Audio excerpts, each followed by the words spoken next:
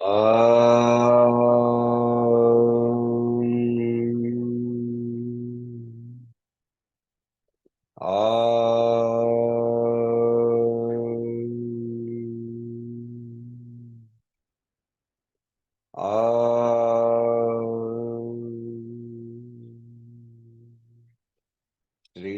Gurubhyo Namaha Harihi Om.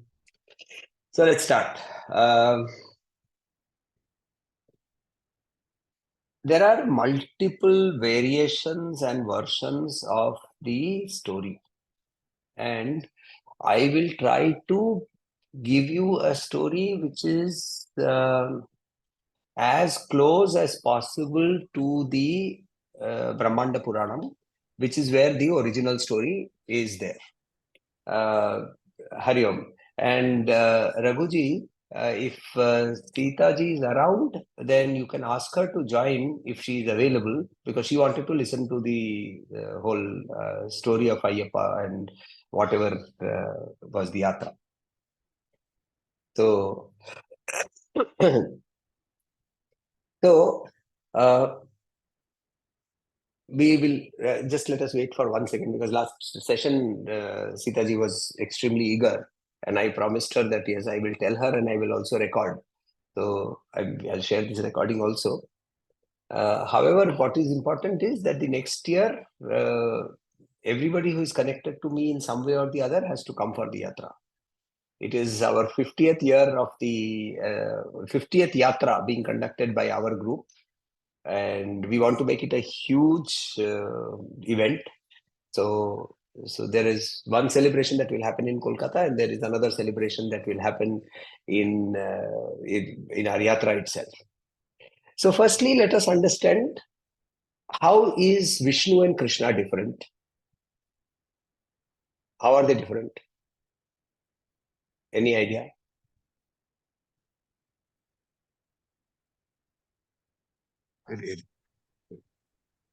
Krishna is supposed to be the avatar of Vishnu. Correct.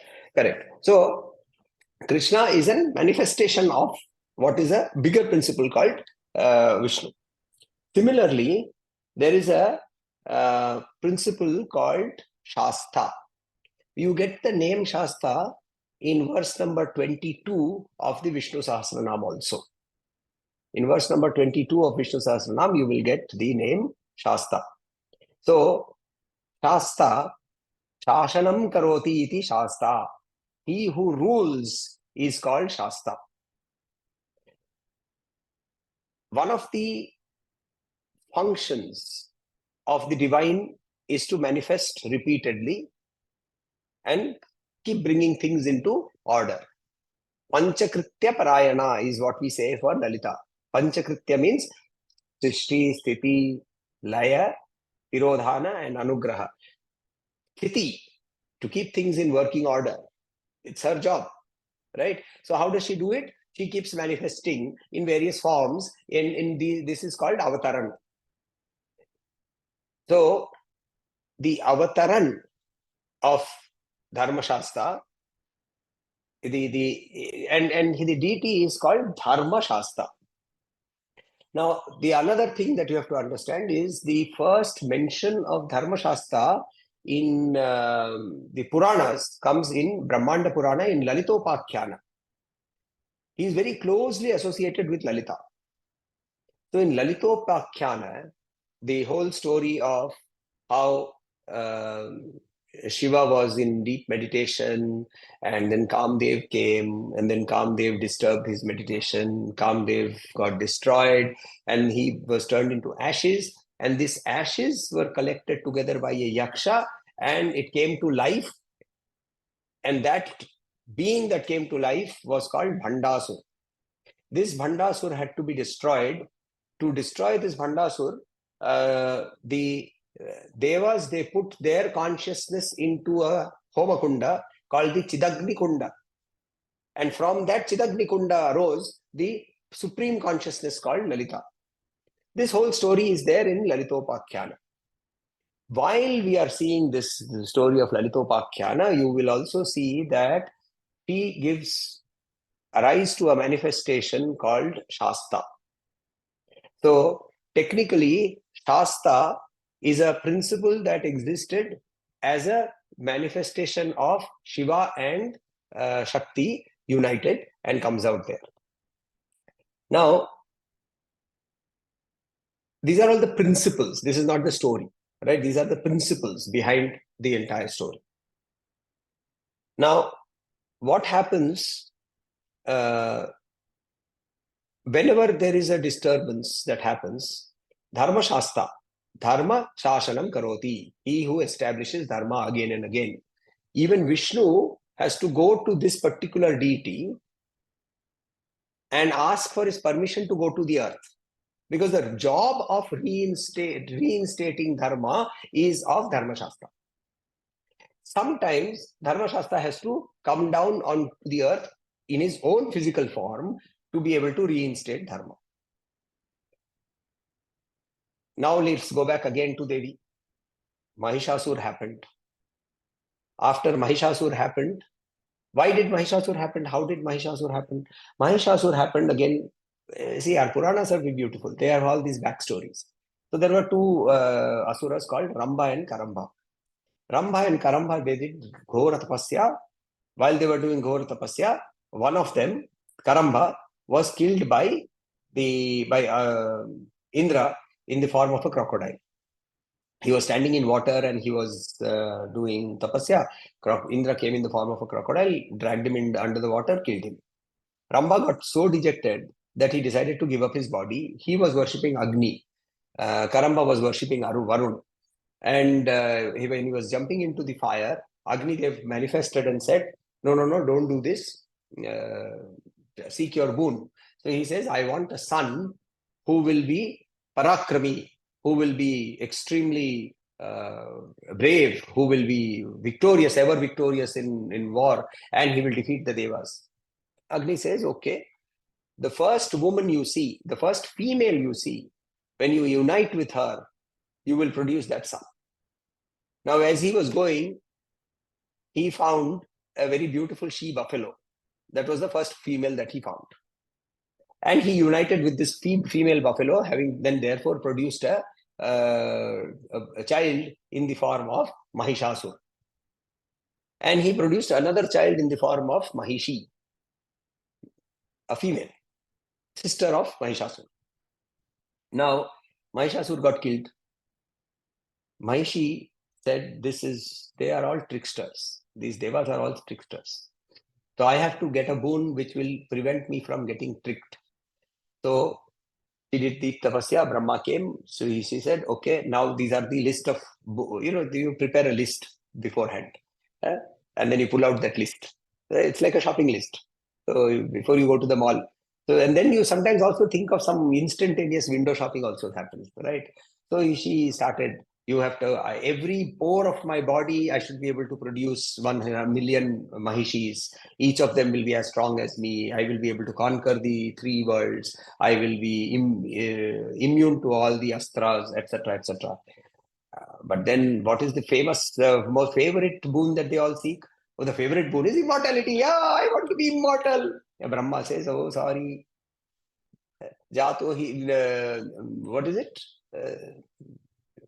What is it? Dhruvasya mrityuhu? Jatasya hi dhruvo mrityuhu, right? So anybody who is born, he will die.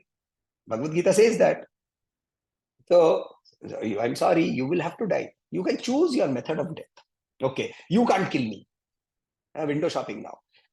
You can't kill me. Okay, I won't kill you. Shiva can't kill me. Okay, Shiva won't kill you. Vishnu can't kill me. Okay, Devi can't kill me. Okay, only a child born out of a male and male union. Rather, she didn't say that. She said, a nothing born of male and female union can kill me. Now, other than Brahma, Vishnu, Shiva, and Devi, everything else in this universe is technically born out of male and female union, Purusha and Prakriti. Everything is born out of Purusha and Prakriti. So now she is happy. I have done it. I have tricked Brahma. Now, what she did not know is that Durvasa Muni was playing another trick over there. Durvasa Muni was passing by and he found an Apsara carrying a beautiful lotus garland in her hand. Reverentially, she was carrying. Durvasa Muni looked at that lotus garland emanating a beautiful smell, and he went to her and said, "Where did you get this?" So she said, "I was worshipping Devi. Devi suddenly dropped this in my hand." And she went, "Please, please, please give this to me. I am also a Devi worshipper." We will see when you study Saundarya Lahari, Sitaji is studying Saundarya Lahari, we have seen that Durvasa is amongst the list of all the famous worshippers of Devi. So Durvasa received that garland and he was going. Then he realized, what am I as a rishi getting attached to a garland? I shouldn't be attached. And he found Indra was passing by. So he called to Indra. Indra said, "Yes, Muni, what is it that you want?" "I don't want anything. Here, take this garland. This is a blessing from Devi." Indra looked at that garland and he put it on Airavat's head. Airavat's head. Airavat the elephant, he put it on the elephant's head. Now this garland was emanating beautiful smell.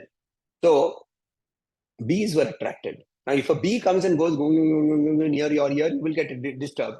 What will the elephant do? It took that garland, threw it on the ground, and it crushed that garland with its feet. Now, the moment that happened, Durvasa Muni, well known for his anger, right? He immediately said, "You have destroyed Devi's symbol. Let Devi vanish from your life. Let Devi vanish from this universe." And suddenly, Vishnu, who was getting his legs pressed by Lakshmi, suddenly found, "Oh, my legs are aching. Where is Lakshmi?" Then he looked into himself, "Hey, no Kaustubhamani. My Kaustubhamani has also vanished. Where are my jewels? No jewels. Everything has vanished." Lakshmi vanished from this universe.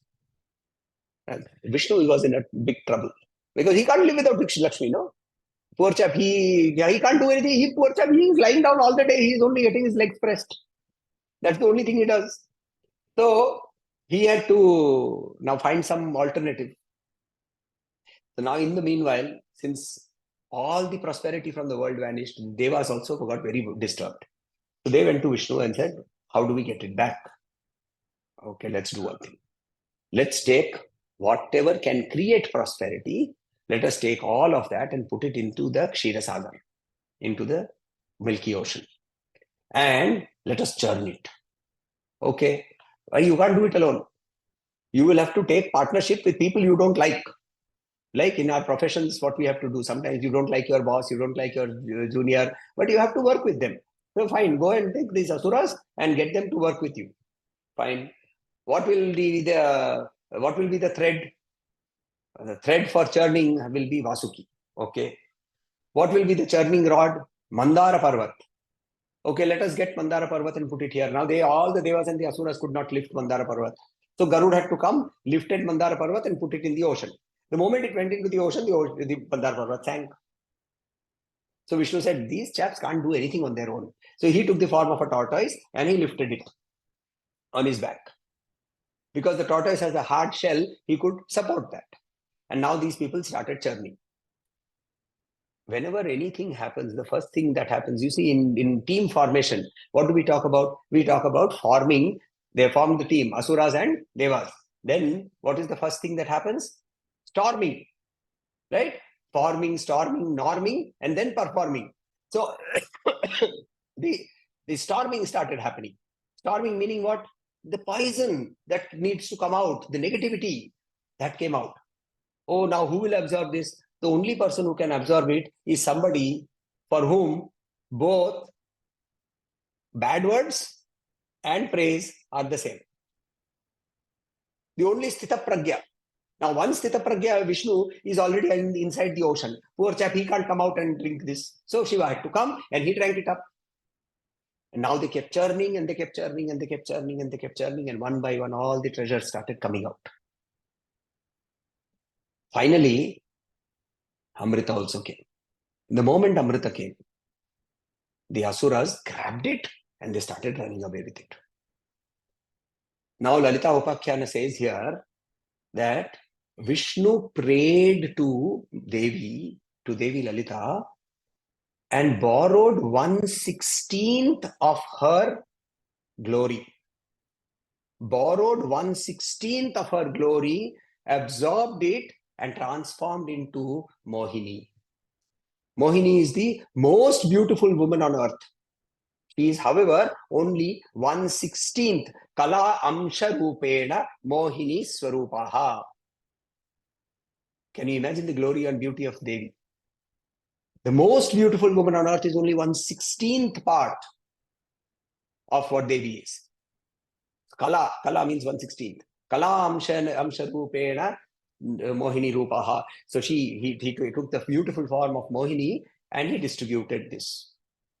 Now, the Samudra Manthan chapter got over, and now the Devas were all going back home. And when the path to going back home, they have to go through Kailash. So while they were going back through Kailash, Narad Muni went and told Shiva. Narad Muni is always Kalaha Priya. Kalaha means disturbance. So he likes disturbance. He doesn't like status quo. He is a person who likes to create disturbance. But remember one thing, he is a guy who wants to create disturbance for the betterment of things. He doesn't like to disturb things just for the sake of disturbing. There are two types of disturbances that happen, right? So one is that chap who likes to just stir up trouble. The other is he stirs up things so that some improvement can happen. Narada is that type of person. So he goes and he went and told Shiva, you know what? You missed something. Really? What did I miss? I can't describe it. Hey, listen, if you start doing all these riddles, I'll give you one whack on your head. Tell me what happened. Oh, Vishnu, he became Mohini. And I can't describe. I am a brahmachari. Hey, don't make me describe. I am a brahmachari. I will lose my brahmacharya.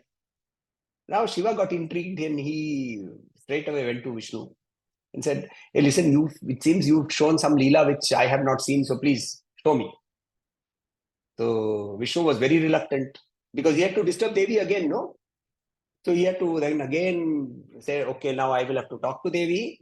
So he did tapasya and he got Devi to agree and he became Mohini again. Now the moment he became Mohini, Shiva fell in love with her. Now, how did Shiva fall in love with Vishnu? Because he fell in love with Lalita. 1/16th of Lalita is also Lalita. Purnamada Purnamidam Purnata Purnamudachyate Purnascha Purnamadaya Purnameva Vashishyate. 1/16th of the infinity is also infinity. And now, in their union, they produced a child. Now, what is this child? This child is a product of two males.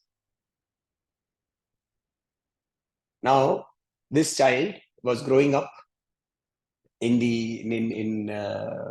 Swarga. As the child was growing up in Swarga, the Indra always is very insecure. Indra, meaning the ruler of our Indriyas. Ruler of our Indriyas, he is always insecure. And that is why he keeps moving around. Who is the ruler of our Indriyas? Manas. And what is the ruler of Manas? Manas is the ruler, Manas is therefore Indra. And who is the ruler of the Manas? Chandra. What does Chandra do? Chandra is all the time changing shape. So the nature of our Manas is indicated here. Manas is outward looking through the Indriyas, and it is always changing because it is ruled by the moon. Right? So in the Purusha Sukta, we see that the eyes of Purusha created the sun. Chaksho Suryo Jayate, Chandrama Manaso Jataha. Right? Chandrama Manaso Jataha. Chandrama created the mind. The mind of Purusha created Chandrama. And therefore, Chandrama is related to the mind of the human being. So, in this, therefore, the Indra, insecure as ever, he said, let us have a competition. And in this competition, whoever wins will become the ruler of Swarga. Now, this boy, Shasta, had no intention to become the ruler of Swarga. He didn't have any intention. But he said, fine, if you want a competition, let me fight this competition. So he went down and get into the competition. And Indra got some cheating to be done. Right? what we call sabotaging the works. So he got some sabotaging of the works done, and Shasta apparently lost the battle. And the rule was that whoever loses will go down to the earth and live on earth for 12 years and serve as a human being. And having served as a human being, will come back to Swarga after 12 years. This child lost the battle and he went down to earth. Now, to go down to earth, he didn't want to go down on his own. So he went to Devi Ganga and said, Ma, you are a form of Lalita. You are my mother. I cannot go down to the earth without you. So Devi Ganga said, don't worry. I will take the form of a river. You immerse yourself into this river and I will transform you into a small physical being, child, and I will toss you onto the banks of my banks and I will continuously flow by you, protecting you ever. So the child was deposited in the forest. One of the kings where he was deposited was what is today called the principality of, or the state of Kerala. And inside the state of Travancore, deep inside the Periyar Game Sanctuary. So he was deposited over there. The son, the king of that principality, called the small city state called Pandalam, he had no offspring. He accepted this child as a blessing from God, brought up this child. Now Ramayana story got a little repeated. The prime minister and the queen got a natural child. The prime minister knew that he cannot destroy the elder child because the elder child was very, very strong, brave, Medhavi, as we call him. So he had Medha Devi sitting on his tongue. He had Shakti in his bala, in his arms, and so on and so forth. So I cannot destroy him directly. If I can somehow get him to be killed, then the younger child, and the king has become old, he will die. The younger child is only a newborn baby, and the queen I can manage to manipulate and I will take the kingdom. So in this process, the queen pretended to have a headache. Now, there is diseases can be cured. Pretend diseases cannot be cured, right? So this queen had a pretend disease called headache. And it was so severe that she would bang her head and she would do all sorts of things. All the Vaidyas of all this entire kingdom came, keeping Vaidyas of elsewhere came. Ultimately, the main Vaidya, one Vaidya from some remote area came and he said, I have the cure, but for this cure, you will have to procure the milk of a tigress. Now imagine. Getting to a tigress is difficult. Getting to a milk of a tigress means that she is already having children. And that's the time she's the most protective. And getting milk from that tigress is an impossibility. Who will go? Nobody wanted to volunteer. This child who was named Manikantan means money means jewel. He was born with or he was gifted by Devi Ganga with a garland of jewels. And hence he was called Manikantan. He had a jewel necklace around his neck. Manikantan was called, and Manikantan volunteered. So Manikantan, after a lot of argument with his father, ultimately convinced his father and said, I'm going. So he went into the forest. Now he intentionally wanted to go into the forest because he would then find a way by which he would kill this Mahishi. Right? There is a separate sub-story to Mahishi being in the forest and all that. I'm not getting there. A lot of extra detail. So Mahishi was killed in the forest. And then Shasta, in the avatar of Manikantha, called on Indra and said, come, all of you Devas, come. So all the Devas came. They all worshipped him. And then he told Indra, take the form of a male tiger. He rode on the male tiger. He told all the other Devas to take form of female tigers. And now he rode with a retinue of tigers into the city. And he said, okay, you all wanted some tiger's milk. Here is a bunch of tigers. They will all stand here, take as much milk as you want. The king realized that this child is no ordinary child. and he went and fell at his son's feet. And he said, there's something wrong. At the moment you left, your mother became all right.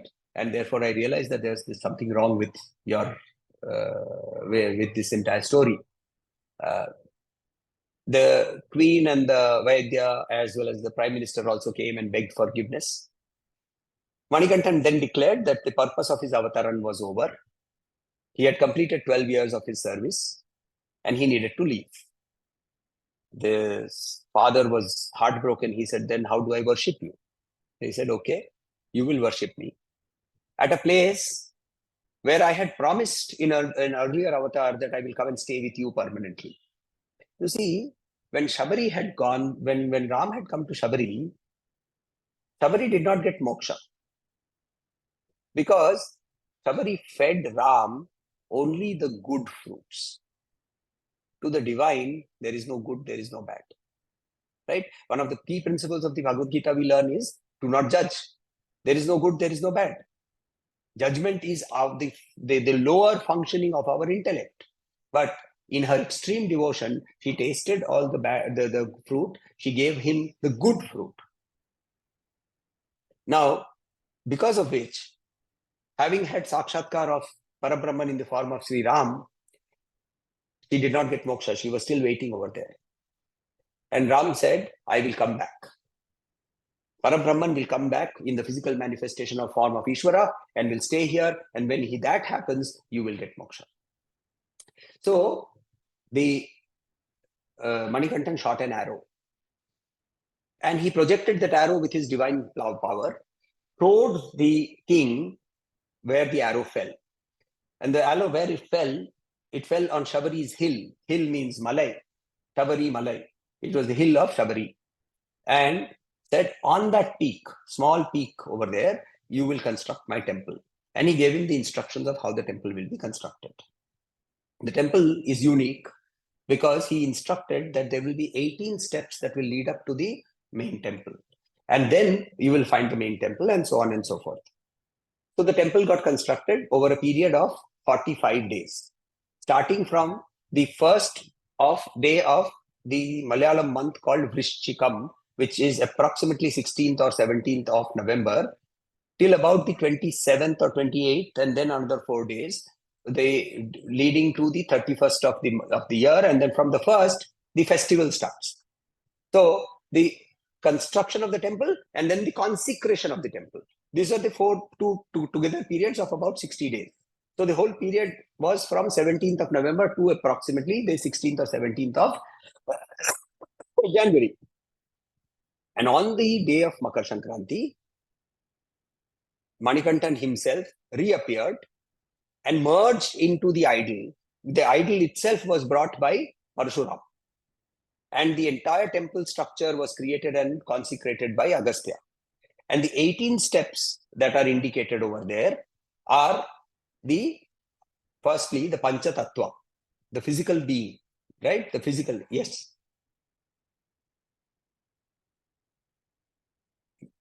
Mute. See, okay.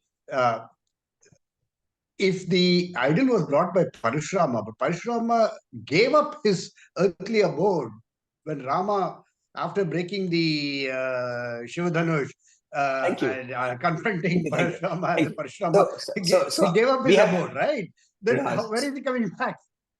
So we have no loose ends in our scripture. So we have no loose ends. Don't worry. So what happened? Parashurama did 21 rounds of this world and destroyed the Kshatriyas. He took the blood of the Kshatriyas and put them in Kurukshetra.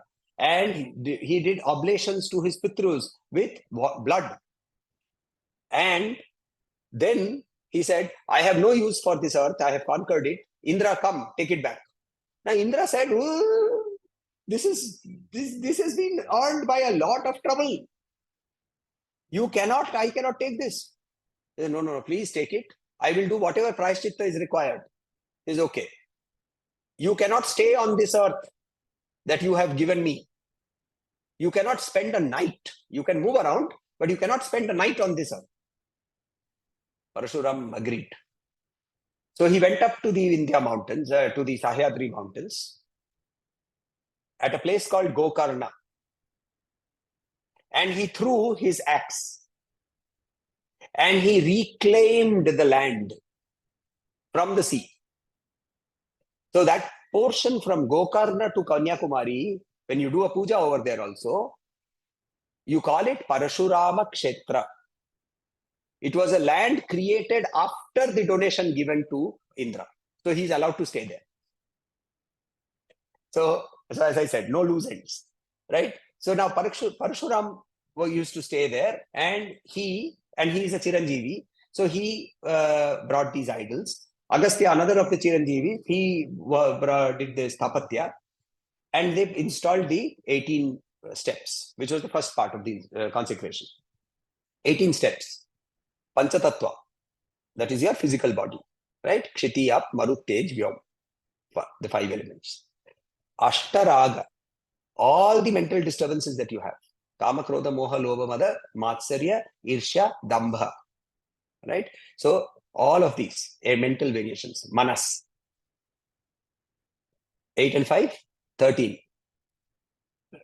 Then Sattva, Rajas, Tamas, that which exists in your buddhi. So Sharir, Manas, Buddhi, all 16 covered. What is left? Your knowledge and your ignorance. Both are still part of you. Right? So avidya and vidya. We have talked about this. We have to give up vidya also. You have to give up the sense that, oh, I know. You have to let go of the pole. Only then can you pole vault. So he gives up. So when you climb up these 18 steps, what are you doing? You are symbolically getting rid of all the Panchatattva, Ashtaraga, Sattva, Rajas, Tamas, and Avidya and Vidya. Only then are you ready to be merged with the Lord. So this was the symbolism. And now, how do we start the yatra? So therefore, we replicate what the king of Pandalam did. So from 17th of November, they lived in the forest, so they did not shave. They did not cut their nails. They ate simple meals. They slept on the ground. They bathed as quickly as possible in cold water. And they woke up early in the morning, and they stopped work at the end of the day because there was no light, right? So they would wake up early in the morning before dawn, take a quick bath, start working through the whole day. And while they continuously worked, they also sang songs of the Lord. That is what we do for this entire period. Then when we start on our journey, we take a coconut and we scrape the outer side of the coconut clean. The coconut has 3 eyes, right? One eye is a soft eye. The 2 eyes are hard eyes. We all have 3 eyes. When we are doing a nyasa, when we say, Hridayaya Namaha, Shirase Swaha, Chikhaya Vashat, Kavachaya Hum, Netratrayaya Vaushataha. Netratrayaya Vaushat. Netratraya. We have 3 eyes. Our 3rd eye is closed. Shiva's 3rd eye is open. So he lives in non-duality. We live in duality because we have our 3rd eye is closed. His 3rd eye is open. So he can balance between the 2 extremes. Our 3rd eye is closed, so we can't balance. So we are either on this side or this side. You see, even with your eyes, you are always dominating with one eye. Your breathing is dominated with one nostril, and so on and so forth. So we are always in duality, even at the physical level. And therefore, the 3rd eye. So Netratraya Vaushat. So the coconut represents the human body. It is cleaned. Then the Guru opens the 3rd eye, pours out the water, which is the vasanas, fills it up with ghee. Now, what is ghee? Ghee, so if you have to keep milk for a long time, what you have to do? You have to boil it, right? But if you keep boiling the milk, it will become kheer. It will not remain ghee. So it will have to transform. So what do you do to keep it longer? Okay, you make it into curds. Then, you can make it into butter. Then you can make it into ghee. What will happen if you keep heating up the ghee? It will remain ghee. Nothing will happen to it. If you keep ghee for 1000 years, what will happen? Nothing will happen. One of the few fats which does not turn rancid even after many years of usage. So ghee represents that which is non-transformable. kutastha, that which does not change, avyaya, right? What are we talking about? We are talking about the Atman. So the ghee, so the guru helps the shishya fill up the coconut with ghee, and then he seals it, right, with a cork and with a papad, which is soaked in water, so it becomes sticky, and then it is wrapped, and then it is put into a sort of a pillow cover. A pillow cover, normally, the pillow covers we use, has an opening on one end. Now, imagine instead of the pillow cover having an opening in the middle, and in the front part, now it has two parts. When it has two parts, the front part carries the coconut, and it is tied up. The rear part carries, it's a trek. It's a trek through the forest of 46 kilometers, and you have to go barefoot. And there used to be no provisions, and now we have a lot of infrastructure and help and a lot of things that are available. But at that point of time, there was nothing available. So you had to carry whatever you needed with you. So how would you do that? You carried it on the back portion of your of that pillowcase, and you carried rice, you carried dal, and you carried potatoes, and you carried all other vegetables, and you put that and you tied that up. And as you progressed, you kept eating up all the rice and the dal and so on and so forth. When you were standing in front of the 18 steps, all that is left of your is nothing behind, only the coconut. Now, what does this mean? This means that all the prarabdha, all the sanchita karma that you have accumulated through your so many lives, you have consciously given up by having no expectation and no attachment. And in that process, when you stand in front of the Lord, you have only the Mula Prakriti in front of you. The 18 steps are the Prakriti, right? Because they represent the body, mind, intellect, the collective body, the collective mind, the collective intellect, and the Vidya and ignorance and knowledge, which is nothing but the entire Mula Prakriti of Paradevi herself. And you transcend that, and you have the coconut. And then the coconut is broken. And the coconut is broken, and the ghee is poured over the idol of the Lord, symbolizing the union of the Atman with the Paramatman.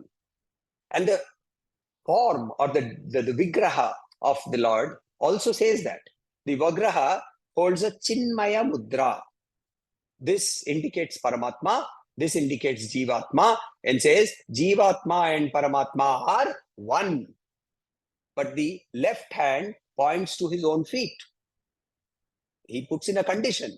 He says, only when you surrender your ego. Otherwise, they are not the same. Otherwise, then Jivatma will be flowing around all over the place, and the Paramatma will be doing things separately. They become one only when the ego is surrendered. This, in short, is the whole of what is called the Sabarimala Yatra. So we go through about 46 kilometers of forest. The first 4 kilometers have become concrete road. The next 4 kilometers have become parts of rubber estates, and therefore there are auto cars can move, auto rickshaws can move over there. So these are basically pebble roads, sort of pebbles, but those pebbles are pretty hurtful on the feet. They're not nice round pebbles. So that's in the export. So the first 8 kilometers are a bit troublesome. After that, you get into the true forest area, which is fairly nice because it has large boulders and it has soft mud and earth and all that. And there you can climb up and climb down 3 hills. One of them is fairly steep. The second one is not so steep, but it is high. So you climb it in stages. So you go like that and you climb up. And the third one again is a bit of a steep climb, but it's a very short climb. It's a 1 kilometer of a steep climb. And then you reach the temple. And once you reach the temple, you go there, you then have darshan. And then since you go in a group, you can't individually break your coconut and do abhishek and so on and so forth. And in any case, this time there were, over the period from 17th November till yesterday, there were 14 crores of people who came in. So with that sort of numbers, obviously there has to be some bit of regulation that has to happen. So we get back into some place where we are staying. Then we collect all the ghee together. and then we take it to the temple, get the abhishekam done, and the ghee is brought back as prasad. So that is the story of the Sabarimala Yatra. Questions? Yes, Parthadan. Beautifully you explained. Just one question comes to mind. If what you say is right, why do you go again and again? Going once is enough. Very nice. So you see, what happens is you climb up the 18 steps, shedding all the vasanas, then you climb down from the other side and you pick them up again. So you go back. You go back. Because even those vasanas, you say, "Arey, ye to mera tha. Ye mera tha. It has to come back to me. I have to get it." So our problem is that. Our problem is that. So somebody was asking me in the building, how many times have you gone? So I said, I've gone more than 30 times. I've stopped counting. I have no idea as to how many times I've gone. What happens when you go there? I mean, other than the physical part, what happens to you when you go there? I said, I don't know what happens. Acha, what do you get? I don't know what happens. Then he said, you are mad. You don't know why you are going. You don't know what you will get. And yet you keep going. Then you're definitely mad. I said, thank you for validating what I know for so many years. Because Thakur has also very clearly said, no? Thakur has said that everybody in this world is mad. Somebody is mad after money, somebody is mad after women, somebody is mad after power, somebody is mad after knowledge. I am mad after my mother. And to each of us, we will say that my madness is the best madness. Yes, please. Yeah, I just had a bit of an epiphany the other day. You see, we keep saying, "Oh, you chant this sloka. This will give you everything you need." And you do this, everything. If you go to the Sabarimala Yatra, you get everything you need. But actually, I realized that it is not just chanting, that each of those things in our scriptures, they have the gist of the supreme knowledge, that if you Correct. do manan on that and you introspect and you bring it into your life, yes, then you'll get everything that you need. Any one of them should be enough. It will be enough. And you can actually get the supreme knowledge right there. The problem is we never do that. We go and chant, we go and I mean, all these years, I learned the chanting the Bhagavad Gita when I was a kid, the Bhaja Govindam when I was a kid. And you were only emphasized chanted, this way, chant. Age of 60 I have crossed, and now I'm having to realize that it is not the chanting but rather the introspection, the meaning of it, that I should have been doing all this time. I've wasted 60 plus years. So see, similar, you're right. All these slokas that we have, they have something called falashruti. Falashruti, right? If you chant this, then you will get that. If just chanting would have given that, then my son was with me on my Kailash Yatra, and he asked a very interesting and a pertinent question. He said, we are all feeling the energy, and I mean, he was responding to that energy very vigorously. His body was vibrating and so on and so forth. So I had to do something to bring him back into normalcy. So he said, we are all doing this. Why does the yak who is grazing in front of Kailash, nothing happened to Like the fish in the Ganges. Correct. And Kabir has talked about this. If Ganges water was going to give me freedom, then the fish should never be reborn. You have to open yourself. In the previous session itself, we were talking about this. The sun is going to rise all the time, right? The earth will keep rotating. We will see the sunrise. We will see the sunset.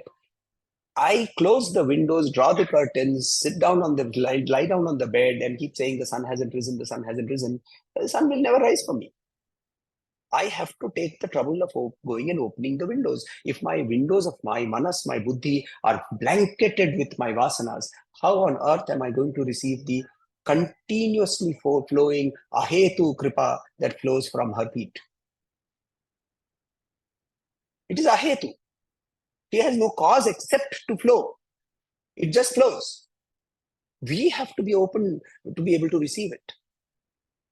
That is our condition. No? So if you look at the Lakshmi Ashtotaram, 108 names of Lakshmi, in the Falasuti it says, if by chanting this for 6 months, the person will he will conquer all his indriyas. I know of people who have been chanting it from their childhood, especially in Kerala. It's in traditional families in Kerala. At evening time, the lamp would be lit. Gurudev's family used to be a family like that. They would light the lamp. Everybody would sit over there, and then they would chant the Vishnu Sahasranamam. Then they would chant the Lakshmi Ashtotaram. Then they would sing a few songs, and then they would disperse for their food. Now there are families that have been doing this over generations. Has greed left them? Has anger left them?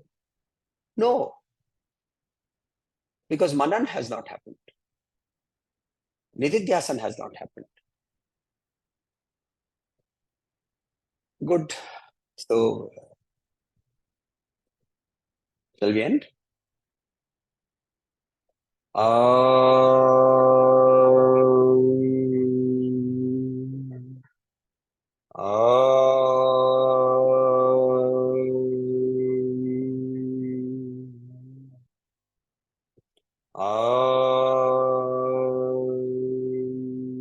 Shanti, Shanti, Shanti. Harihi Om. Shri Gurubhyo Namaha. Harihi Om.